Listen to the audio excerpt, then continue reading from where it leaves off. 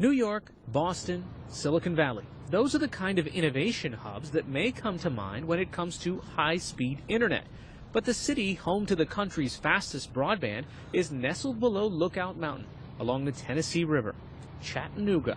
In 2010, Chattanooga, Tennessee became America's first gig city. In 2008, using a bond issue and more than $110 million in federal stimulus funds, the city's utility began laying 6,000 miles of fiber optic cables. Today, with speeds of up to 1 gigabyte per second, Chattanooga's 170,000 residents enjoy broadband that's 200 times faster than the country's average.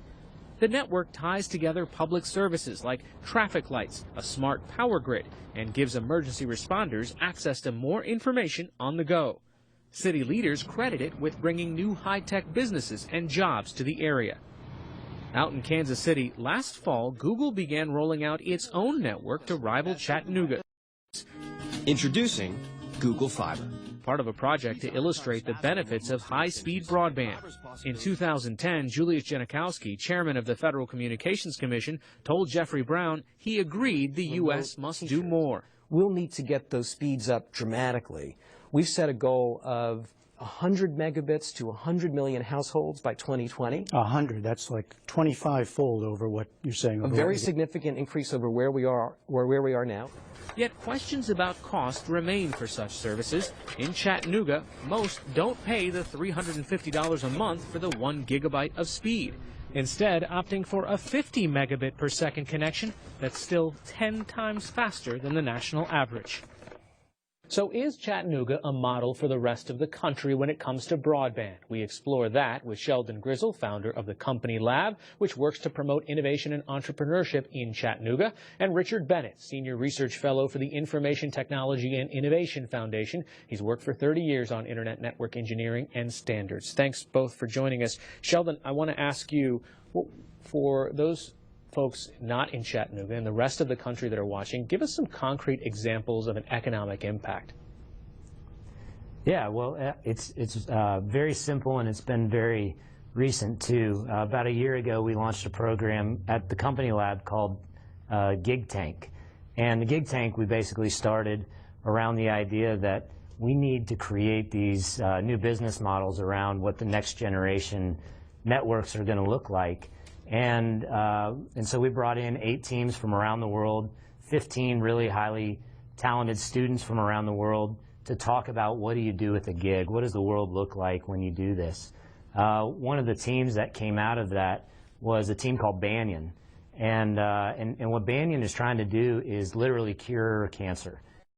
And the way they're doing that is through a software platform that helps match up researchers that are doing this kind of high, very intense data research around like bioinformatics and things like that. And so that team launched in Chattanooga. They're doing real-time collaborative research and version control, very data-intensive stuff, where they're moving massive data sets back and forth in real time. So how's this helping with, say, for example, the number of jobs in Chattanooga? Are there new jobs coming in because of the fact that you have this broadband network? Absolutely, and it's early. It's early in the game. I think people are just now starting to catch on with this, but we do have early signs that there are new jobs coming into the area, and we're really excited about that. But specifically, they're more around startups, and it'll take us a couple years to really fully realize that. But we're definitely seeing some early traction with new jobs being created. All right, Richard Bennett, if this is working in Chattanooga, or if it's still taking time, why are there so few communities in the country that have made this kind of an investment? I don't think it's really time to say that it's completely working for Chattanooga. They're doing some exciting things in terms of developing the incubator, trying to attract talent to the city. That's probably a more important element, actually, than building fast networks. But Chattanooga is not especially unique in terms of the overall trend toward faster networks across the United States. In fact, the actual speeds that consumers in Chattanooga get today are below the national average. We're installing something like 20 million miles of optical fiber cable in the United States every year and investing more per capita in broadband networks than any other country. So this is an example of kind of an innovation focus that we're seeing in many communities in the United States, including San Francisco. So, Sheldon, is everyone there in that city using this gigabyte that's coming to their door? No, not yet. You know, the local company that ran the fiber to the home is just like any other service provider. You have to sign up for their service in order to receive that service. So a lot of people are still on some of the more traditional service providers like AT&T and Comcast and people like that. So you do have to subscribe to that service, and the minimum that you can subscribe to is 50 megs a second, which is still really fast. Right. So, Richard, why is this parallel that we always have a tendency to lump in infrastructure when it comes to roadways and when it comes to building this sort of digital superhighway? Why is that not an accurate analogy? Well, I think it is an accurate analogy with broadband as far as analogies go. The thing that's important to emphasize, though, is the challenge that communities like Chattanooga have is not actually the speed of what we call the last mile connection, which is the fiber to the home or the cable to the home, which would be sort of like your streets in your residential neighborhood. Their problem is that they're an isolated community in terms of the major switching centers that comprise the internet in the United States. There are 24, basically your NFL cities are where the large firms get together and meet and interconnect their networks. And so what you need is more investment in the what would be the equivalent of the interstate highway system to connect communities like Chattanooga to probably Atlanta, where they go to actually become part of the internet. And so the tendency among these sort of populist initiatives is to overinvest in the last mile and underinvest in what we call the middle mile that would say connect them to Atlanta. So that's where most of the 20 million miles of fiber are going in the United States, or in the parts of the broadband network of the internet that you don't actually see, that don't connect to your home.